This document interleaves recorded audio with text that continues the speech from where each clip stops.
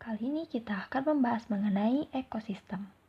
Semua makhluk hidup memerlukan lingkungan tertentu untuk memenuhi kebutuhannya. Lalu, apa yang dimaksud dengan lingkungan? Lingkungan adalah segala sesuatu yang berada di sekitar makhluk hidup. Sebuah lingkungan terdiri atas bagian yang hidup atau biotik dan bagian tak hidup atau abiotik. Bagian biotik ini terdiri dari tumbuhan, hewan, dan makhluk hidup lainnya. Sedangkan bagian abiotik terdiri dari cahaya matahari, air, udara, dan tanah. Cahaya matahari dapat menghangatkan udara, air, dan tanah agar mencapai suhu yang sesuai kebutuhan hidup makhluk hidup. Cahaya matahari juga dapat membantu tumbuhan membuat makanannya.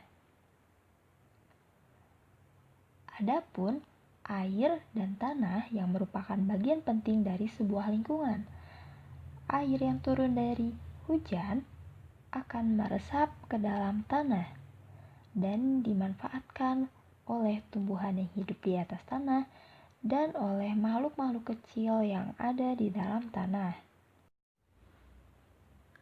Interaksi antara makhluk hidup dan benda-benda tak hidup di sebuah lingkungan itulah yang disebut dengan ekosistem. Ekosistem ini tersusun atas individu, populasi, dan komunitas. Individu adalah makhluk hidup tunggal, misalnya seekor rusa, seekor kambing, seekor burung. Tempat tinggal individu ini disebut dengan habitat. Sedangkan untuk populasi adalah kumpulan individu sejenis yang menempati daerah tertentu. Dan komunitas adalah populasi makhluk hidup di suatu daerah tertentu, contohnya komunitas sungai dan komunitas padang rumput.